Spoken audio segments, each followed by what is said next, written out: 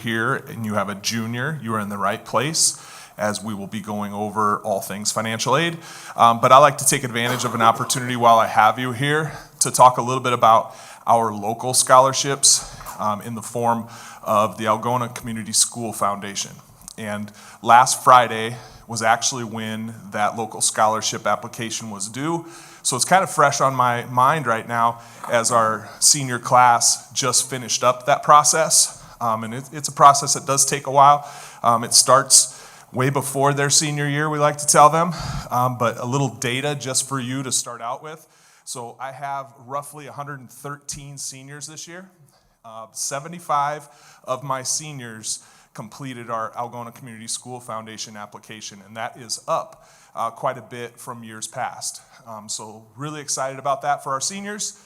So with that, a little bit about our Algona Community School Foundation scholarships. In order to find information about it, and this is the information that the kids use too, like when applying, it's on our school website. So I just went to Algona Schools. I'm going to choose our high school. And once I get to the high school, there is at the top a scholarships tab right at the top. And that's going to take me to some information, and this is exactly where we take our students. First thing I want to click on is information right at the top. And when I talk about our Algona Community School Foundation scholarships, it's a kind of like a bucket full of lots of scholarship opportunities. And sometimes, and this is a list of everything that's in there, but sometimes someone will come forward and say, hey, how do I apply for this specific scholarship? And what's really nice about the foundation is it's one scholarship application, and now everything you put into that application is everything that's needed for all of those scholarships. So it's one application, and boom, you're in. Okay? Versus I need to find the criteria for that one or this one, or my grandma goes to this church, or I've heard about this one, she's in the Rotary. All of those scholarships are under one application. Okay, so if I just kind of scroll down, you'll get more information than you can even process. But a lot of those scholarships were set up, most of those were set up with a really detailed description of how they're to be given out. And so that application allows us then to sift through everything that they need. Okay, so one application fills out all of those. Okay. So if you want to read up on that, you can definitely go to our website and see all of those scholarships. Also on that page is descriptions of some specific scholarships that I go over with the students and that I'd like to go over with you. We call these our larger scholarships of those, probably more so because these were the larger dollar amounts that were given by families. So first I'd like to talk about, I believe it's about 3 to 4 years now, I think it's 3 years, the Ben Scooter Scholarship. If you've ever been out to the fairgrounds and you've been to the museum out there and you've seen the trains that are there, okay? Arlen Ben Scooter, when he passed away, left a large amount of money to our Algona Community School Foundation. And when he did that, that allowed us to give a scholarship to every one of our students in the senior graduating class. And we couldn't say that before, okay? Now, we've put that scholarship to where if you complete the FAFSA your senior year, and you're headed to college and you're in good standing, you qualify for the Arlen Ben Scooter Scholarship. And that scholarship is renewable for 4 years. It's an amount of money that's divided by the number of applicants each year. And that's how they decide how much that scholarship is worth. Last year it was right around $2,000, okay? And if that's a 4-year scholarship, another piece to that is it's 4 consecutive years counting your senior year. You can't take a gap year and then still take 4 years later. It's 4 consecutive years, okay? And so that's one thing when you start talking about gap years, $2,000 worth of saying, hey, let's get started right away, okay? So total value around $8,000, give or take, okay?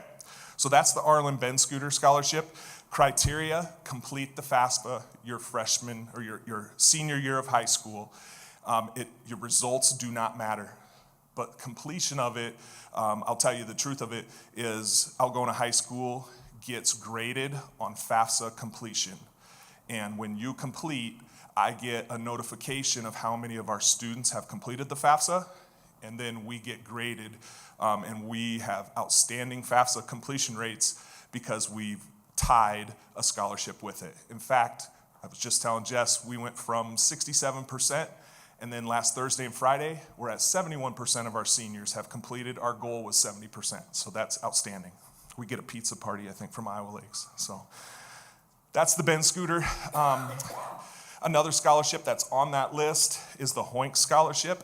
That is a scholarship that varies based on how many years you've been in college and what level you're at in college.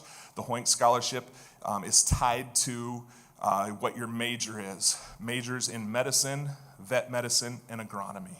Okay, and that grows as the student goes on to grad school and things like that. Okay, 3 scholarships that are merit-based scholarships.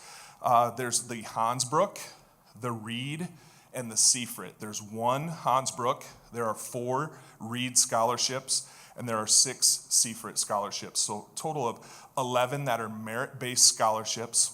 So you could really look at the whole total package, character, leadership, academic.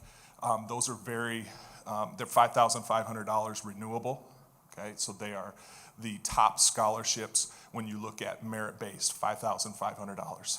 And then when you look at the Ben Scooter, around $2,000 on top of that, they add up, okay? Looking at, and I'm backing up to the Hoink, I think the Hoink, the first year is around $1,000, and then it grows after that, okay? Some need-based scholarships that are also part of this, the Mahana and the Thompson. Those 2 scholarships are based on your FAFSA results. So the neediest results on the FAFSA qualify for those scholarships. And not everyone does get that scholarship. It's all based on what's called an SAI. I'll talk about that a little later. That's a student aid index, and there's percentages, there's categories that the Thompson group goes off of. The highest Thompson a year ago was $5,500. I've heard that'll be a little bit smaller because there are more applicants this year than there were a year ago. But it doesn't ever go over $5,500. The Thompson does not, which that then matches the 3 merit scholarships as well. So that $5,500 is kind of a plateau there, okay? I wanted to go a little bit over, so those are kind of the big scholarships that are all part of that application. I wanted to share with you what the application kind of goes into. I was talking to Jess too. Our application is meant to be easy for the students, okay? So this is what they see when they sign up. It was 4 o'clock, April 10th of 2026. We put that date on there because I believe Easter weekend or something, it was about a week later than it usually is. So I tell people it's the beginning of April. It's always on a Friday, okay? Does move if we have something like Easter, so that we don't put it on a day, I think the week before we weren't in school. So that made sense to put it the 10th. So you can kind of fast forward a year from now, 2027, it's gonna be right at the beginning of April somewhere on a Friday, okay? That information we get to them typically December or January, and then we have lots of help sessions for them. And these are the pieces that go into the scholarship application. I like this chart because it kind of explains on the left side going down all of the scholarships that I talked about. This Algona Community School Foundation Scholarship is also a merit-based one. It's not as large as the ones I talked about, but everything else is on there. And then as you go across, the check marks tell you what you would need if you were applying for those scholarships, those particular scholarship. I will tell you most of our students apply for all of them, except for possibly the one that's based on medicine and agronomy. So a student might say, well, yeah, I've got everything ready to go, but my major doesn't match that one. And so I tell them, well, apply for everything. Here's what you need, okay? So 2 letters of recommendation, a resume, a personal essay, which they do their junior year of English. So we tell them to update that, an official transcript that they get off of Infinite Campus, their student aid report, which is that SAI number. So once you do your FAFSA, and you'll learn more about that tonight, You go in and find your summary page and look for your SAI. And then a completed FAFSA, I get the results of that in my office. Just each Wednesday, I get a report. If your name's on there, it tells me you have not done the FAFSA yet. If it's off of there, great job. And then the completed application, which is a Google Doc. It's closed right now because of last Friday being the deadline, but it looks like that. I click on it, and then it's questions that start out like, what's your name? What's your email? What's your address? And it takes you through everything you need. The pieces that you need to submit all are in a PDF form, okay? So that might be the hardest part of the application is I don't have it on a PDF. So I have a lot of students that come in and see me. Maybe they email me a letter of recommendation because they can't print from their Chromebook, and then I send it to them as a PDF and they have it on their computer. I do a lot of that. So the hardest part is getting it uploaded as a PDF. The rest of it's really easy, okay? Each year you have to renew your application. You have to apply again. But as an alumni, you do not need to do all of the same things. My daughter's an alumni this year. She had to go in, fill out the application, and upload her grades from the college. That's it. I had a student from UNI. He called me, said, Mr. McLaughlin, I'm still waiting, UNI student, on my letter of recommendation. And I said, why? And he said, well, don't I have to do that? And I said, well, at our meeting, we always say, as an alumni, you don't have to redo the essay, the resume, the letter of recommendation, none of that. You've already done it, okay? If you are applying for a need-based scholarship, which is the Thompson and the Mahana that I went over, we would need FAFSA results, okay? My daughter didn't need to submit her FAFSA results. She did the FAFSA, but she didn't have a scholarship from that. She didn't submit that part. She needed her grades, okay? So that part is 10 minutes to apply as an alumni, but you need to know that you have to do that each year that you go to college, okay? When does the application open? Typically December or January. And we utilize Remind to our students. Even our alumni, when they graduate, we make sure, like the class of 2026, one of the last things that we check is that everyone has that Remind app. So I send that out to the class of 2025, 24, 23. Obviously, I don't go on forever. But by then, after about 4 years, they understand to check the school website as well. So we communicate that way. Good question. Yep. And these scholarships, does it matter if they go to school in Iowa or can they be out of state? The Thompson Scholarship, I was going to get to that next. The Thompson Scholarship, which is need-based, is the only one that I've gone through. The Thompson family said, we want to keep our people in Iowa. I want it to go to people going in a school in Iowa. Okay? So, and all of these scholarships are based on the wishes of the family, not the wishes of the foundation. Okay? So that's a little bit about the school foundation. I just wanted to touch on it a little bit and go through some of that information. You are here tonight to hear about some financial aid as well. So I have Jessica from the Iowa College Access Network. Next year, one thing that Jessica, and I don't know if she'll talk about it, but I'll talk about it now. I bring her back during the school year to help with FAFSA completion. So we have a FAFSA night. Starts at 1 o'clock. I think you go to about 7 or 7:30 at night, and she's in my outer office, and she does 30-minute sessions to complete the FAFSA, sits down with you, and you walk out of there, and most of the time, done with your FAFSA, okay? While I have you here also, in March, we do a college fair. We host a college fair here at Algona High School, where I think this year we probably had around between 50 and 55 colleges, military branches, all levels, and we host a college fair as well. So with that, I'm going to hand things over to Jess. Okay.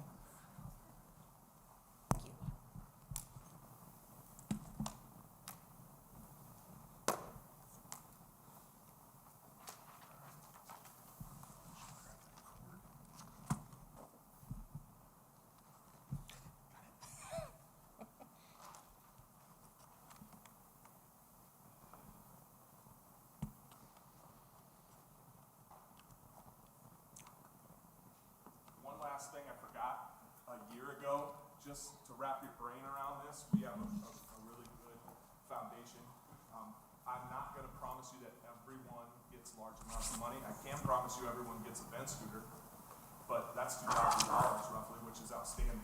$890,000 was given out to current and past graduates last year. So just to wrap your brain around that.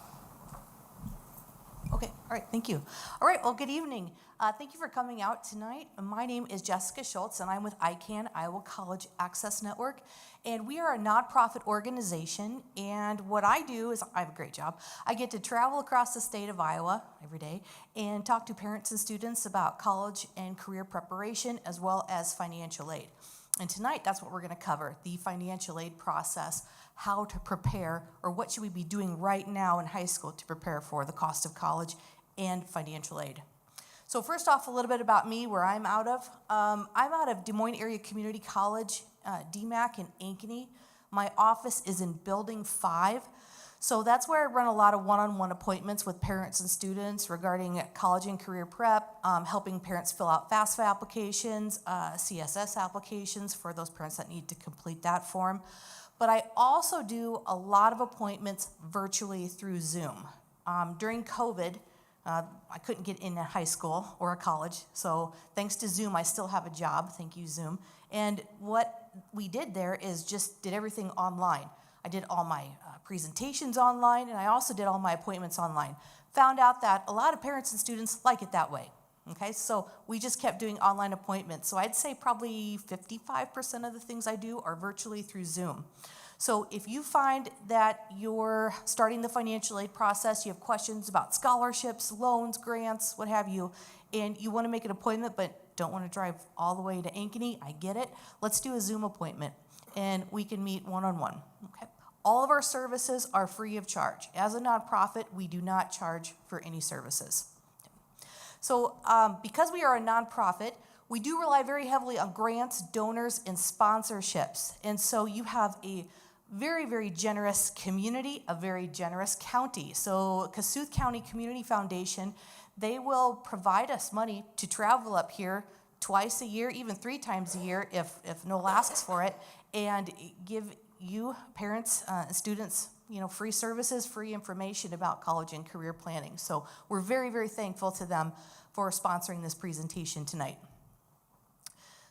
Okay, so first off, before I start off, I want to make sure that everyone has a how to pay for college guide, this green booklet here, as well as the ready to file the FAFSA form.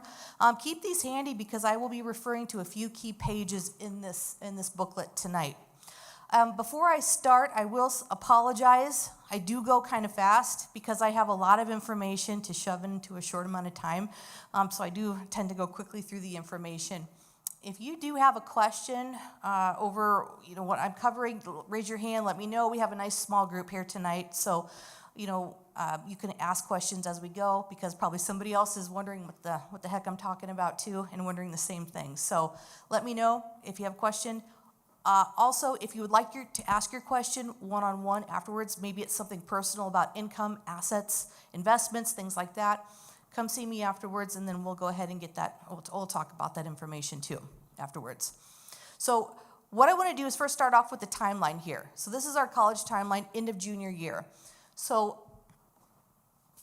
these guys right here, these things are wonderful. I think that these are the best things that we distribute to parents and students because at a glance, you can see, students, what you should be doing on a month-to-month basis to prepare for life after high school. And this is whether you're going to a 2-year college, a 4-year college, a trade, apprenticeship program, or even military. These countdown calendars are wonderful. So take advantage of these because, like I said, from a timeline perspective, these are great. But kind of break that down here. July through October, right away when you come back and start your senior year, what students are working on is completing admissions applications and getting those into the colleges of their choice. October starts, that's when we start filling out that FAFSA form, that free application for federal student aid, and we begin filling out scholarship applications. December through April, more scholarship applications, always looking for that free money and filling out those applications for colleges. May, that's when the student will accept the college. They'll tell the college, yes, I pick you, I am going there. And that's where they accept their financial aid package as well and tell the college what they would like to have as far as financial assistance. Then June and July, I recommend that all students attend their orientation. In fact, some colleges will have students move in about a week ahead of time so they get acclimated to the campus before all the upperclassmen move in. Some colleges, DMAC I think is one of them, where during orientation, that's when a lot of students will pick their classes as well. So we definitely want to attend that college orientation. And then in August next year, it's go time. That's when students will start college. So this is going to go by really, really fast, trust me. So if you have this in front of you, this is going to help you, along with Mr. McLaughlin, kind of keeping track of what you should be doing on a month-to-month basis to get ready. So let's start talking about financial aid. Okay, so I've worked in college admissions, college financial aid, I've done some loan counseling, I've done this job for 20 years. So I've been working in this field for about 25-ish years, it's a long time. And I still meet parents and students who think financial aid means just the free stuff. And I say, okay, what do you think when I say financial aid? And they think, oh yeah, free money for college. And I say, yes, that's right, it's grants, it's scholarships. But when the financial aid advisor or financial aid officer at the college of your student's choice speaks in terms of financial aid or financial assistance, guys, they're referring to all of these items. Of course, the free stuff, grants, scholarships, but also loans. Loans are part of the financial aid package. So I just want to make that very, very clear. So when the college talks about financial aid, they include loans, whether that be the student's direct loans, a Parent Plus loan, or even a private loan through a bank or credit union. That will all be under the financial aid umbrella. Included with that is the work study as well. So colleges will break financial aid into two parts. First, we have the gift aid. That's the free stuff. Those are our friends. We want to get as much of that as possible. Two ways we can earn that gift aid, and I know Mr. McLaughlin talked a little bit about this before. There is merit-based aid, which means the student must do something good in order to achieve that financial assistance. High ACT score, GPA, extracurricular activity, what have you. They must earn that financial aid. And then we have the need-based aid. The need-based aid will come from the outcome of that FAFSA application. So a lot of things, let me give you an example. Pell Grant, we've all heard of a Pell Grant before. A Pell Grant is an example of a need-type-based aid. The lower the outcome of the FAFSA, the more Pell Grant a student may qualify for. Okay, and we'll talk a little bit about that later on. Then we have our self-help aid, and this is self-explanatory. The student must help themselves pay for college, whether that be through a student loan or maybe a job off campus, and they pay cash as they progress throughout their 2 or 4 years of college, or even a good job on campus called work study. So that's considered self-help aid. Now here's the breakdown of college costs. This is, now we know what financial aid is. Now how do colleges kind of give you information about what they cost, their cost of attendance? First, we have direct cost, and this is money billed directly from the college. This would be like your tuition and fees, and if the student chooses to live on campus, your housing and food, the new room and board. Okay, so that's direct cost.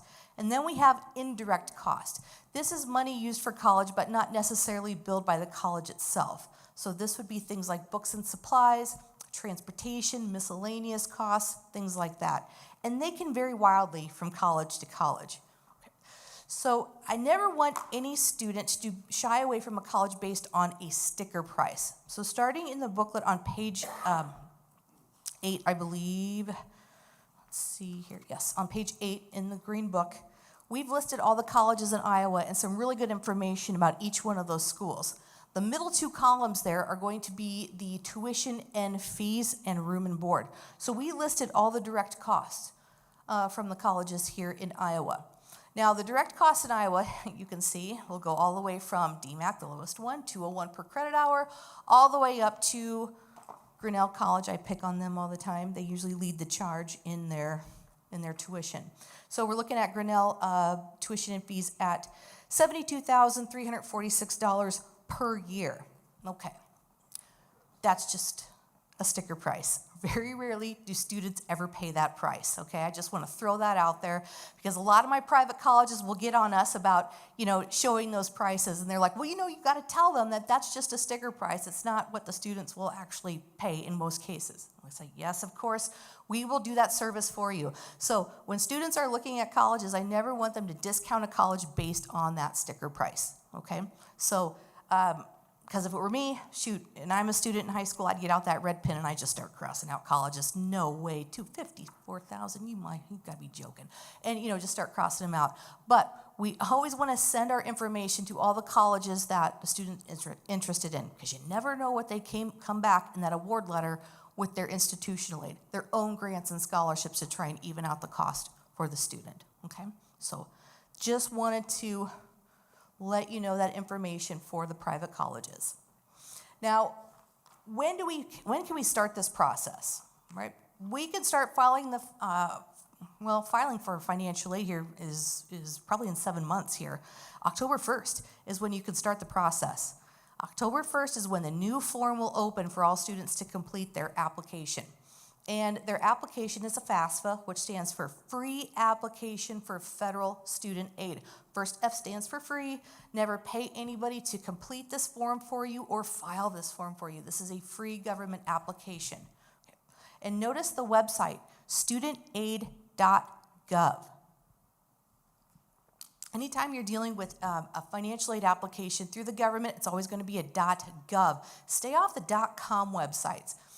FAFSA.com, file your free federal aid here.com, blah, blah, blah.com. Stay away from those websites because those are usually scam websites and they try to put themselves in between you and the correct website.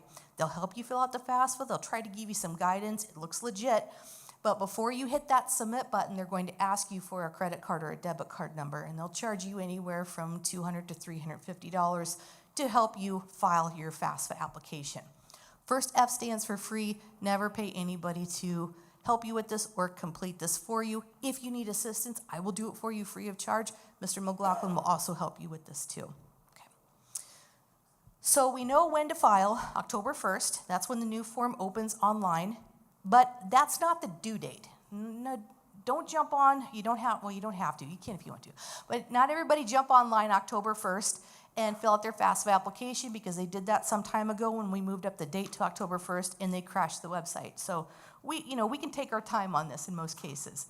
Back to this chart in the booklet starting on page 8, I just want to direct you to the very last column there, which says financial aid priority date. That's the date that the college says, hey, we want this FAFSA in by in order for your student to get in line for our institutional aid, for the college's own grants and scholarships. And you can see the financial aid priority dates, they start from, December 1st all the way to July 1st of next year. So if the student can do their FAFSA between that opening date, October 1st, and the priority date, they're going to be good to go, okay? So the earliest one, I always like to pick on University of Iowa here. So if we have any future Hawkeyes here in the audience tonight, get your FAFSA in by December 1st of this year. Okay, so if you have October 1st to December 1 to complete your FAFSA application, that is that school's financial aid priority date.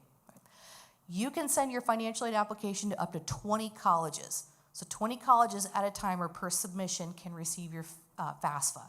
You want to file that by the earliest date of all of the schools. Now, we listed all the Iowa colleges here. Maybe some of you are looking for an out-of-state school. That's great. Go on to the college's website and go under the financial aid homepage. They will list the financial aid priority date for you. Also, check out any scholarships that may be due. Sometimes colleges will have scholarships that are due earlier than their financial aid priority date as well.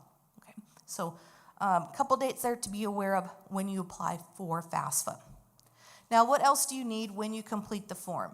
Now, what we did is we've created a nice checklist for you, something that you can have to do a checklist here to make sure that you have all the appropriate documents you need when you sit down to complete the FAFSA online with your student. And so basically for you guys, what you're going to need for the 27-28 academic year, it's going to go off of your 2025 taxes. So the taxes that you just filed. Those taxes will be on the 27-28 FAFSA application. And I know a lot of time goes by between there. You're thinking, okay, why not use the 26 ones? Well, FAFSA is now going prior tax year. So from here on out, we're always using taxes from 2 years ago, okay? So this year, your seniors are using the 2025 taxes for the 26-27 academic year. So prior tax year from here on out. Other things that you'll want to have, we've just listed in addition to the taxes, things like net worth of investments in any business or farm investment. We'll talk about that a little bit later because a big change with farm and business came up this year, a good one that is. And any kind of federal benefits if you receive those. So just kind of have this ready to go when you sit down and complete this form online. Okay? Now, if you don't finish it the first time you sit down with it, can you save it online? Absolutely. It's saved in the system for about 30 days that you can always go back in, log back in, and you pick up right where you left off again. Okay? No, no 401k. Do not put your retirement on the FAFSA. Put no. Okay. All right. Okay. So I'm going to go over the most asked questions that we get at ICANN every day. The first one is dependency status, and these are on the back of this sheet here. So I get this mostly from a lot of returning students that I've helped them fill out their FAFSA for their freshman year of college, and they come back to me year 2, sophomore year, and some of them will ask, well, Jess, do I need to put my parents' information on the FAFSA application? I heard that if I leave mom and dad's info off, mom and dad's income off, I get more money. So let's leave them off. And I answer, you're correct. If you leave your parents' information off, more than not, you will get more financial aid. However, not everybody gets to be independent. Not everybody gets to leave parental information off their FAFSA application. The Department of Ed has some really good rules in place to make sure that everybody's filling out this application honestly and accurately. And one big stickler that they have is dependency status. Pretty much all students throughout their undergrad will need parental information on their FAFSA application. So students must answer yes to one of these questions in order to be independent, in order to file the FAFSA on their own. They must be born before January 1st, 2004. So they must be 24 or turn 24 in the academic year. They also have to be married the time they fill out the FAFSA application, or be working on a grad program or master's degree. If they're active duty for purposes other than training, they can be independent. If the student has a child and they support that child more than 50% and can prove it, they can be independent as well. Also, a student may be independent if they were in foster care, a ward of the court, an emancipated minor, in a legal guardianship up until the age of 18, or homeless or at risk of being homeless anytime in the near future. Okay, that will make the student independent, right? But just know when a student answers yes to one of those questions, then that FAFSA goes off to the financial aid office.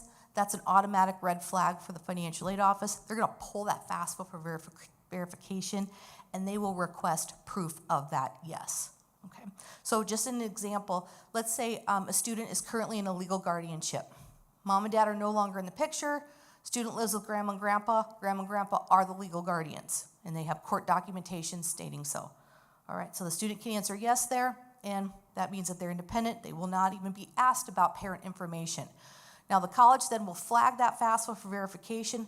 They will contact the student and say, hey, we would like a copy of that legal guardianship paperwork so we can keep it on file just in case they're audited by FSA, they can be in compliance. So all yeses on the dependency status section will be double checked by the college. Okay. Any questions on that one at all? Okay, so for the most part, we are dependent. So that means that we need parental information on the FAFSA application. So on that second box, on that second box down below there, you can see who is considered a parent/contributor. And by the way, guys, we're called contributors now, not parents. So who is a contributor on the FAFSA application? So if we have parents where both legal parents in the household are married, then both parents will be on the FAFSA application. If both legal parents in the household are unmarried but still live together, okay, both parents will be on the FAFSA application. Now, let's say if we have a divorce or separation in the household, say mom over here, dad over here, and their parents are divorced, living in separate places. Well, who do we use on that FAFSA application? Because we don't want to put both sets of parents' information on the form. So if that's the case, then we need to use the parents' information that provided the majority of financial support during the past year for the student. That will be the parent on the FAFSA application. So let's say that mom provided majority of financial support for the student during the past year. It will be mom's information on the form. If mom is remarried, then it will be mom and stepdad's information on the FAFSA application. Okay? And biological dad, we don't need your info for this instance. So it's whoever provided majority of financial support. Okay? Now that's a change from years past because it used to be who did the student live with the most last. Okay? That's different now. So who provided majority of support? Any questions on that one at all? Jessica, how about if you live with a different guardian, not mom, not dad, maybe grandparent or something like that? Okay, then if a student lives with another guardian, not mom, not dad, then we kind of have to go through a checklist of, does the grandparents have legal guardianship? If so, then that student is independent. Or is the student just living with the grandparents? If they're just living with the grandparents because they can and they can go home at any time, you'd still need parental information on the form. Okay, so there's kind of a checklist that we need to go through, and then we ask the student to qualify them to see if they can be truly independent. Okay, good question. Okay, any other questions about this at all? Okay, all right. So I know that we can't fill out this FAFSA application until October 1st, but we can start preparing for that by creating our studentaid.gov account. So students and parents can log on to the same website, studentaid.gov, and create a username and password, or create a studentaid.gov account. And I know it says studentaid.gov account, but yes, parents, you will need one as well, okay? So a student will need an account, and a parent will need an account, okay? So again, this consists of a username and a password. This is something that you will choose. It's not something that's signed to you, given to you. You won't get this in the mail. You will pick your own username and password.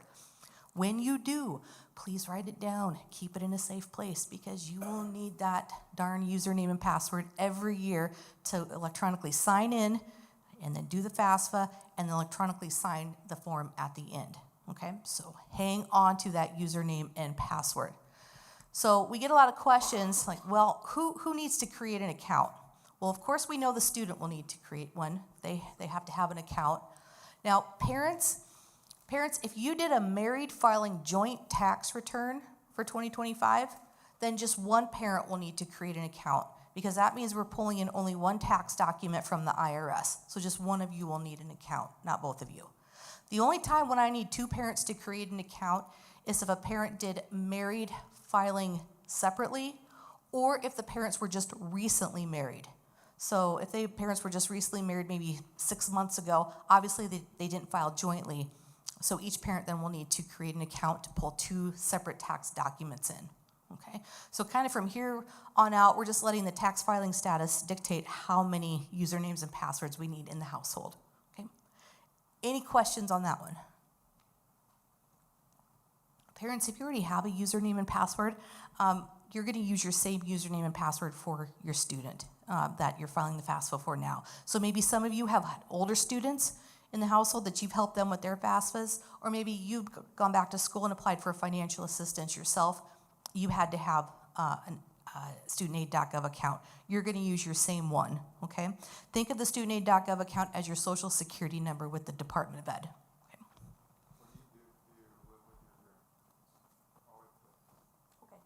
Okay, more than not, you will be independent, and just you will need a username and password, okay? Good question. Any other questions on this at all? Okay. All right, so sections of the FAFSA. So this is for my parents that have had older students in college, and they're used to a nice, lovely form. It's just one fluid application. The FAFSA has now changed. It's better, okay? But it's different. It's in two separate sections now.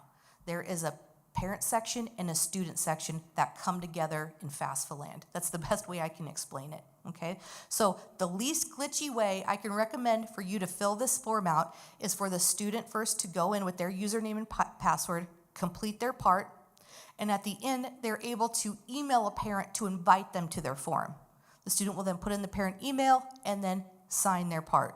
The student completely backs all the way out, and now the parent, you will log in with your username and password and accept the invitation, and then you do your part and not only sign, but you also submit.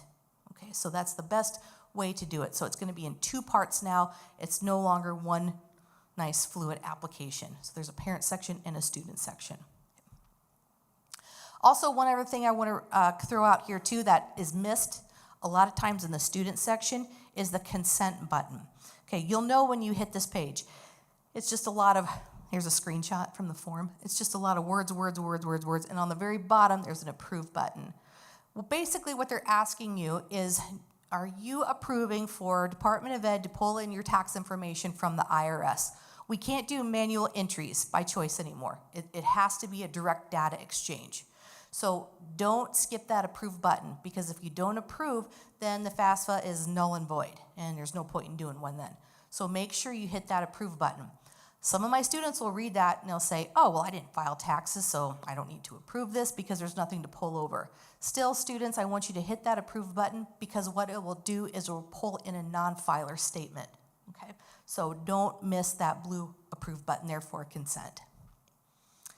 All right, and then now the biggest question we get at ICANN every day is investments and assets, what to include, but most importantly, what not to include on the FAFSA application. So the FAFSA will ask parents and students separately about your income, which is going to be pulled in from your taxes, and then it will ask each parent and student separately, so what do you have for investments and assets that we need to count on the FAFSA application? So here's what we will want to include. Investments include any real estate, but not the home you live in. Do not include your primary place of residence on the FAFSA. Leave that off. So when they say real estate, they're talking about any rental property that you may have, a lake home, something like that. And if you have that, you need to put the net value on there. Meaning, if you were to sell that piece of property today, what would you get for it, minus any debt still owed on it? That's all they want to know, is just net value. You also want to count on here any trust funds, money market funds, mutual funds, CDs, stocks, bonds, and any educational savings plans such as the 529 plan. And again, this is on the back page down the side here. So 529 plans, the iSave Iowa accounts, they will be included as an investment under the parent.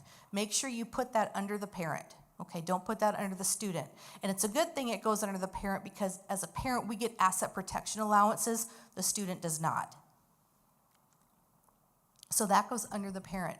Now, if grandma and grandpa or aunt and uncle have a 529 plan in their name for your student, that stays off. You do not have to count that. That is the asset of the relative. Okay, that stays off. You do not have to include that. What also stays off is, of course, the home you live in. Don't count that. Life insurance values, retirement accounts. Please do not put your retirement account on the FAFSA application. That is the biggest correction that we make in our office every year, is taking off retirement accounts. So no 401k, 403b, no annuities, no IRAs, no Roths. Leave that all off. No IPERs. Yes, sir.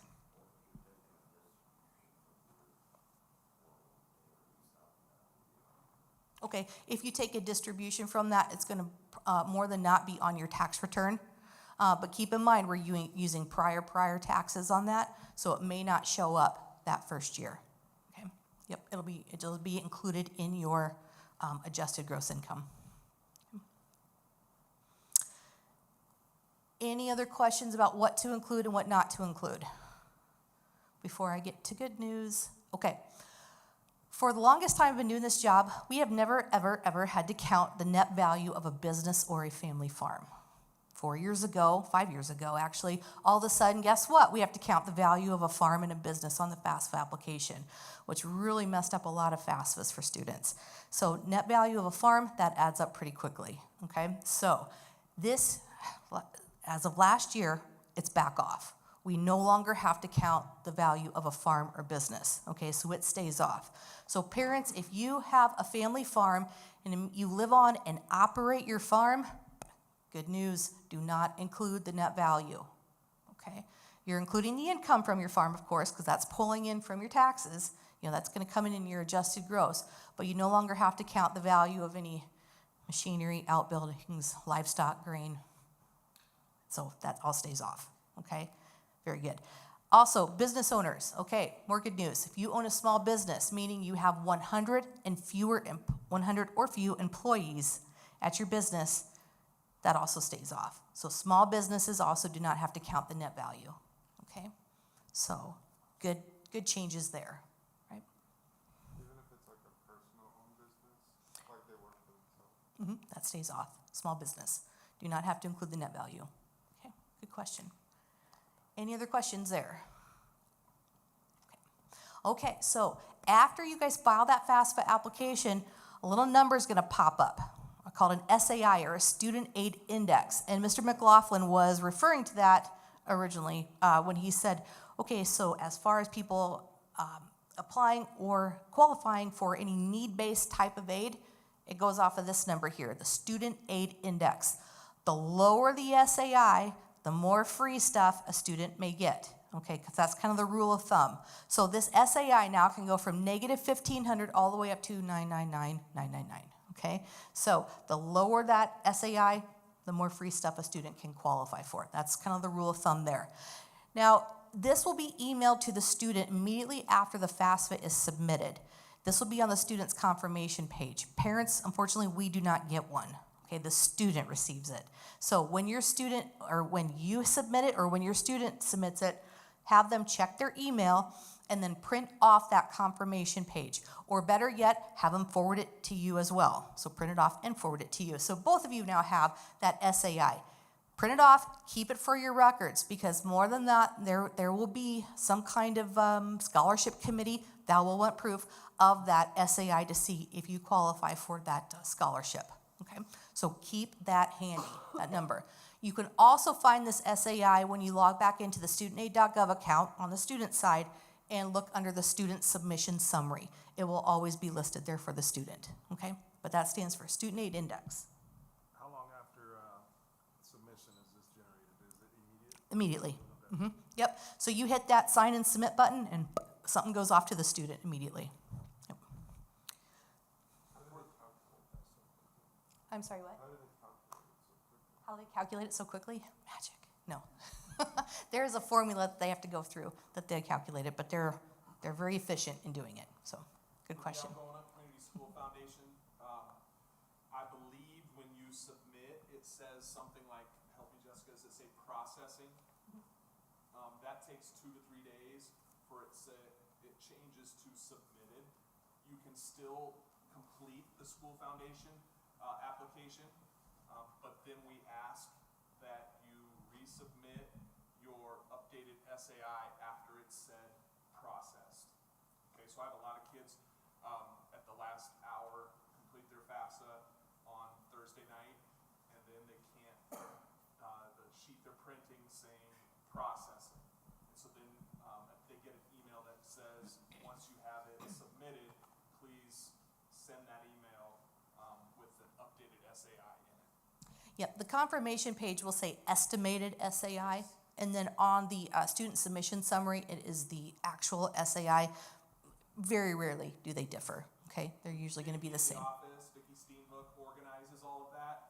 So in that Google Doc, when you're uploading PDFs, she manually goes through and checks that you have everything, and then she emails you personally. It's not just a notification, and if it says estimated, thank you for saying that, she will want the official one. So if you wait till the final hour, you can still turn it in, but you're gonna have to email that email address later, 2 to 3 days later.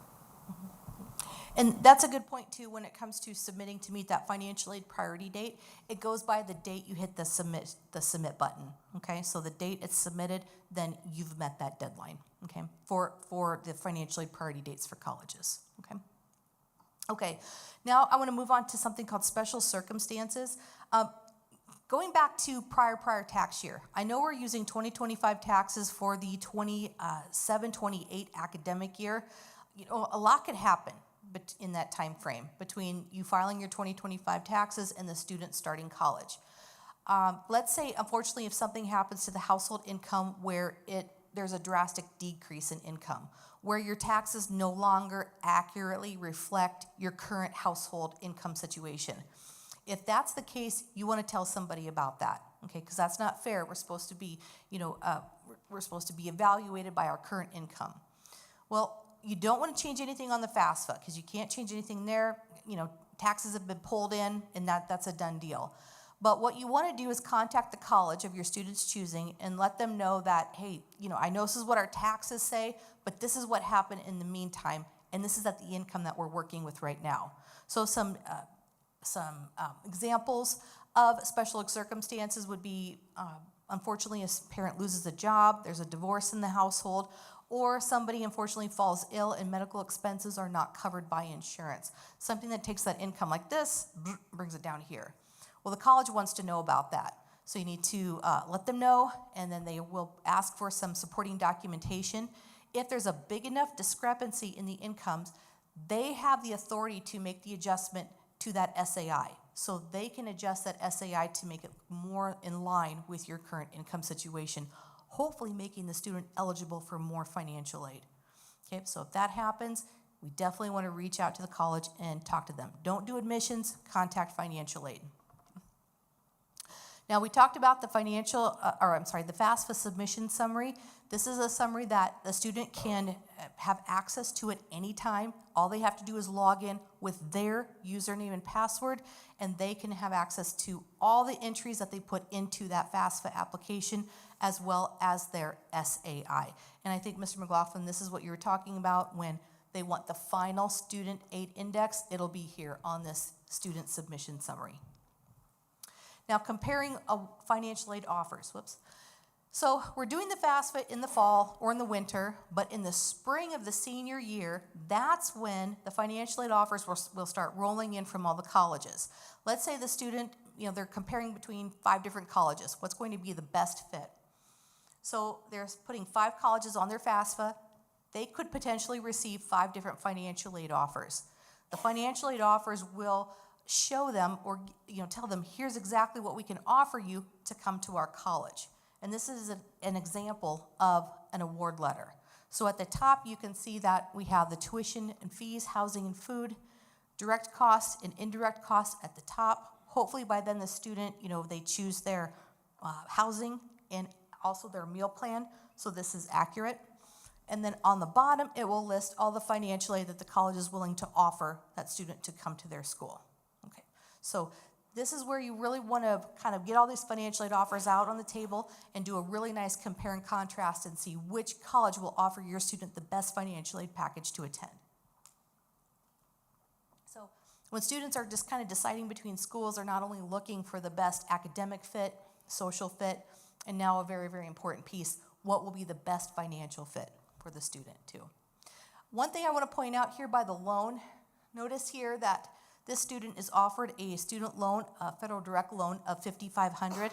That tells me that that's an incoming freshman student because incoming freshmen will be eligible for $5,500. There's an accept or decline there. Students, just because you're offered a loan does not mean you have to take it. You can decline it. If you do not need a student loan, decline it, okay?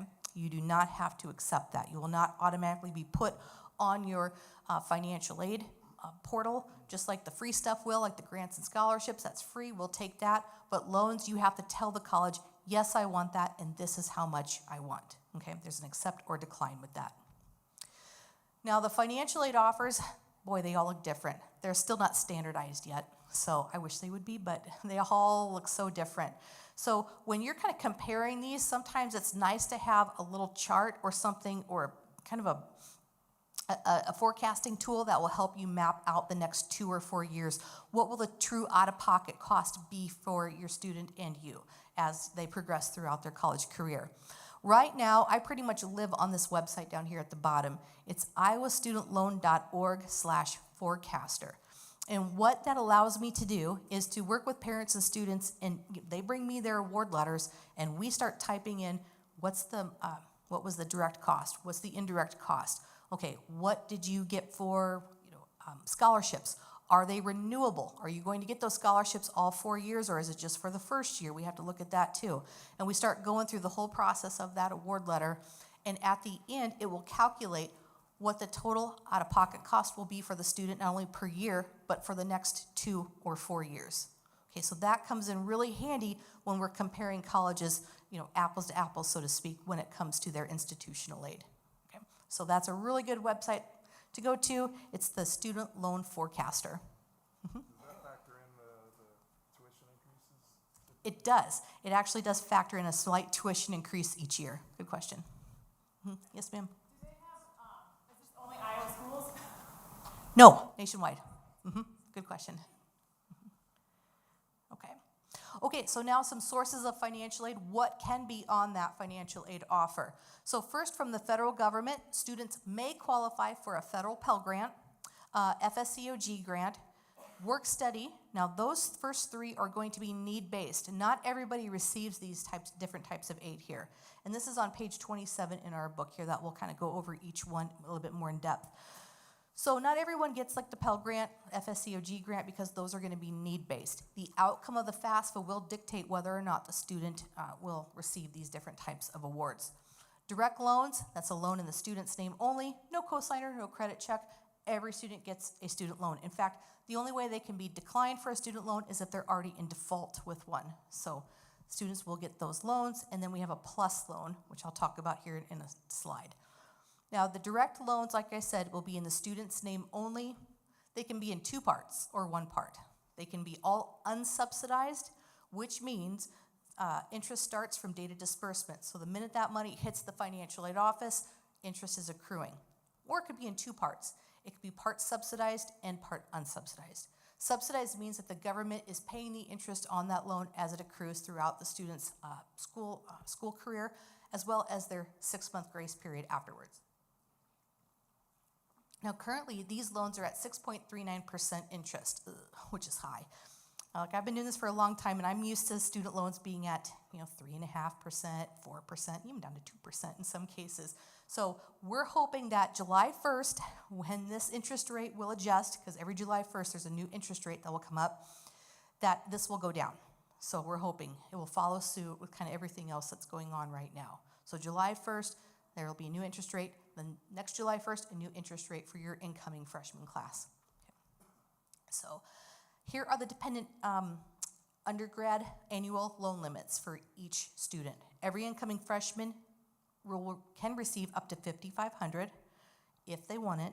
Sophomores, $6,500 per year, and juniors and seniors will receive $7,500 per year. Those are the annual loan limits for dependent undergrad students.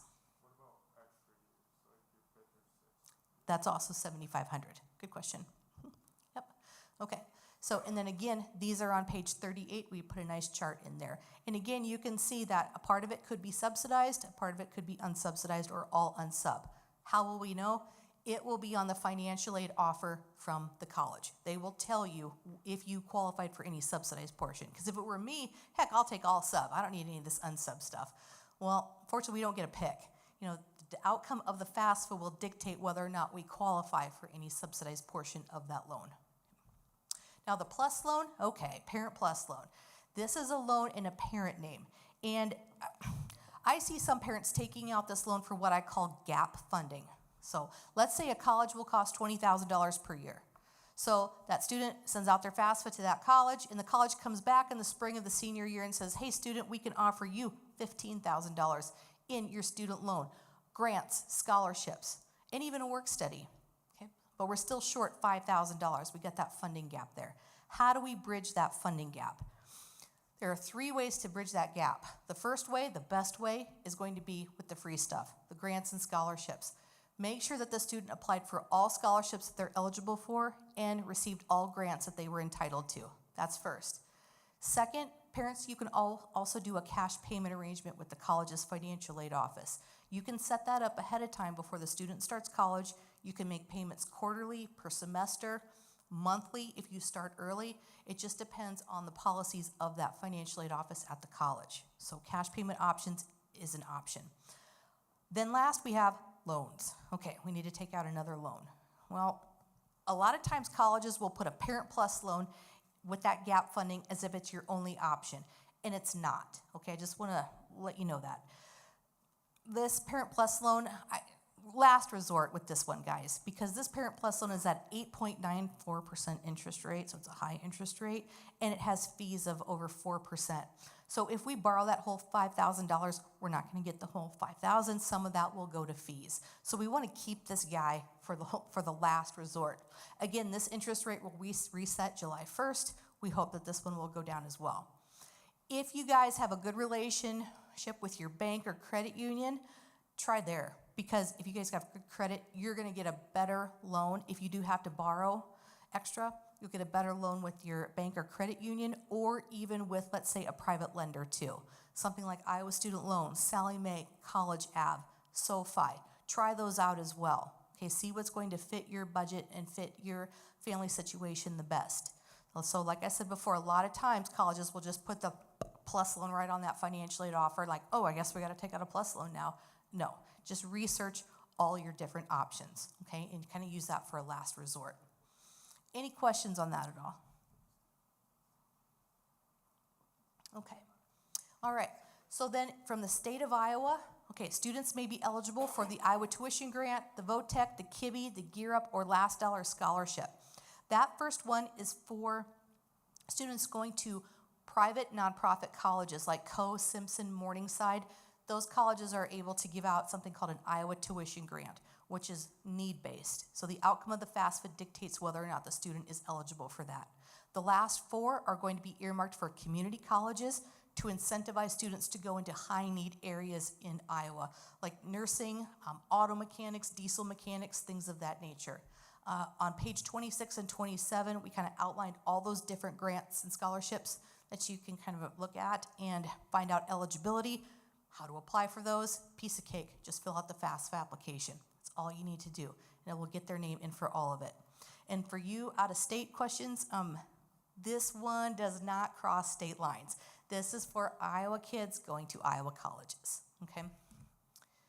Then we have, lastly, the institutional aid. This is the college's own grants and scholarships that they will try to maybe sometimes incentivize the students to come to their college by throwing out a lot of their own money to the student. This is where the biggest swings of financial aid are, from award letter to award letter, is their own money, the institutional aid. One thing I like to bring up with this slide, make sure you file the FAFSA before that financial aid priority date.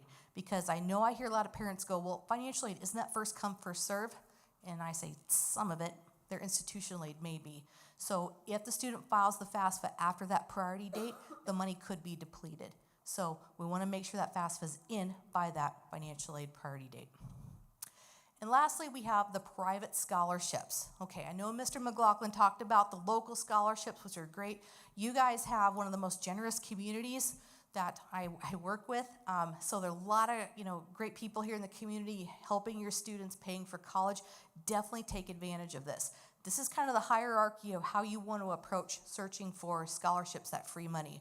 Right now, juniors, you want to start. I know you can't apply for them just yet, but I want you to start pulling those applications and just looking at the requirements.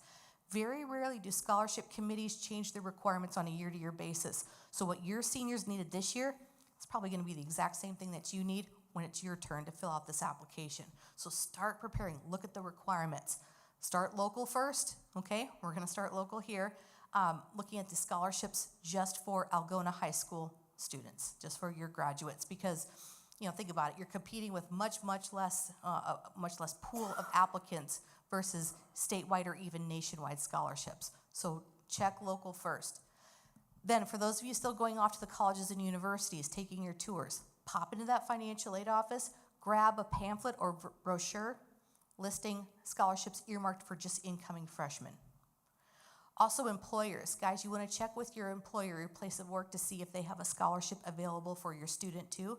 Students, if you have a part-time job, see if they have a scholarship available for you. Professional religious organizations, your church, your place of worship, they may have a scholarship available, especially if you did a lot of community service, so check with them. Local businesses, your bank, your credit union, do they have a scholarship for your student? Check their website. Your insurance agent, I'll give you an example here. My insurance agent, I have Farm Bureau Insurance, and when you know it, Farm Bureau has a scholarship for their customers' students. So if I had a junior in high school right now, I'd be like, hey, get on that website and just look at what the requirements are. What do you need to have in order to complete this form online? And I'm just putting this up as an example here of what I tell students to look for. First off is the due date. When is it due? So this year it was due January 28th, okay? So kind of right after you come back from Christmas break, let's start on that application. And then what do we need to have? Well, students need to have a GPA of 2.5 on a 4.0 scale, be involved in school activities, 4-H, FFA, student council. So students, if you're not involved, you definitely want to get involved here to meet these requirements. Leadership abilities. If you're already involved in groups or organizations or teams or clubs, try for a leadership role. President, vice president, captain, co-captain, because those speak volumes on scholarship applications. Volunteer efforts. Are you volunteering? Where are you volunteering at? How many hours are you doing? This one requires an essay too, so you can start working on that essay. And 2 letters of recommendation. So right now, students, I want you to start thinking, if you haven't already, who can write you a good letter of recommendation? You want to think about that. A counselor, a teacher, a coach, an employer that you do a really good job for. Okay, start building those relationships now so that when the time comes, you feel very comfortable asking that individual for a letter of recommendation. And you're going to keep these because you're going to use them over and over. In that chart that Mr. McLaughlin showed you before, many of those scholarships needed at least 2 letters of recommendation. Okay, so start working on that, thinking, who can write me a good letter of recommendation? I'm gonna throw a plug in here. This scholarship I've posted, we use what's called Zello. Anybody heard of our Zello? Xello. It's our career readiness tool that we use. I post on there all of the scholarships that I come across. This is an example of one of them that's posted. I think I posted 110 scholarships this year.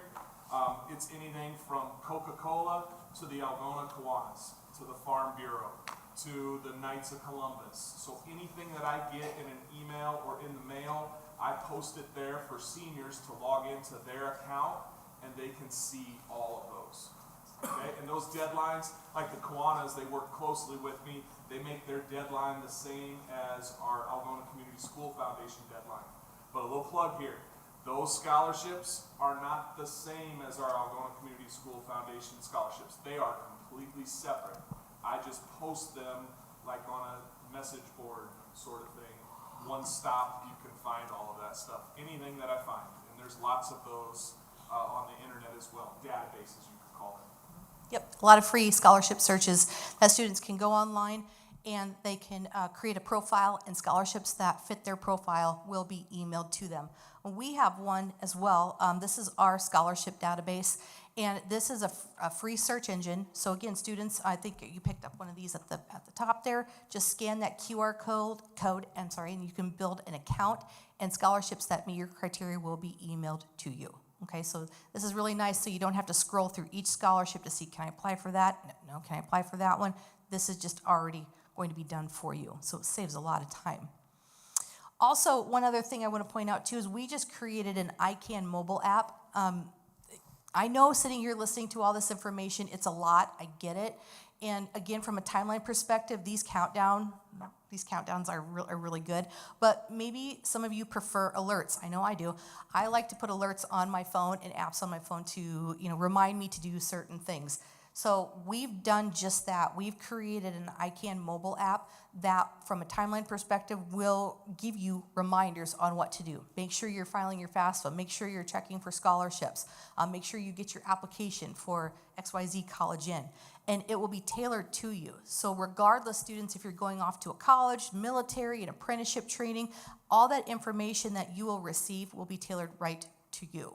Okay, so it's information that will kind of keep you on track and nice reminders on what to do.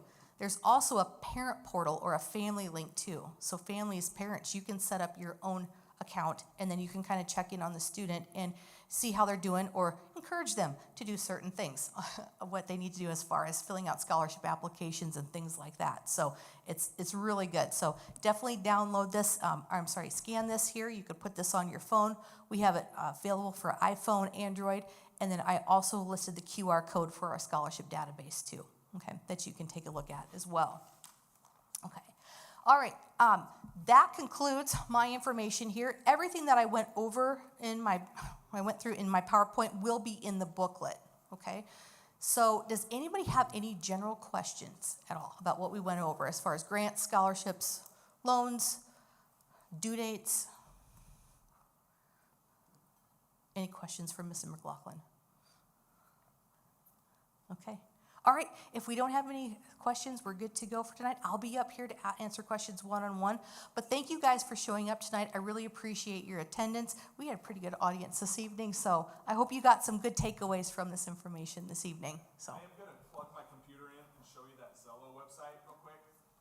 So if you're wondering, like, how do we see that as parents? I'm working on that, like how to get parents access to your student's account. For right now, you would just say to your child, hey, what's your login information? It's gonna be their email, and then they're gonna know that. So this is what they see on there, so they have their dashboard.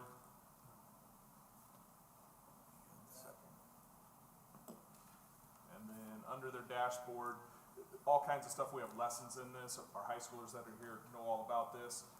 They go through lessons as the year goes, and then under, let's explore, they can find scholarships tab. This is what you're gonna see is only what's available now because the deadlines have passed, but it's been all year long. These are there. I can click school added only because this is a Zello database as well. And then there's stuff in there that I posted. Iowa Association of Building Officials, the Kasuth County Drift Skippers, that has to do with if you are into snowmobiling. A lot of our local stuff, meaning like the Kiwanis, the Knights of Columbus, those were either like April 1st, April 10th, so there's not a lot of that left. So that stuff is there for them. Anytime I get one, I post it right here. Okay?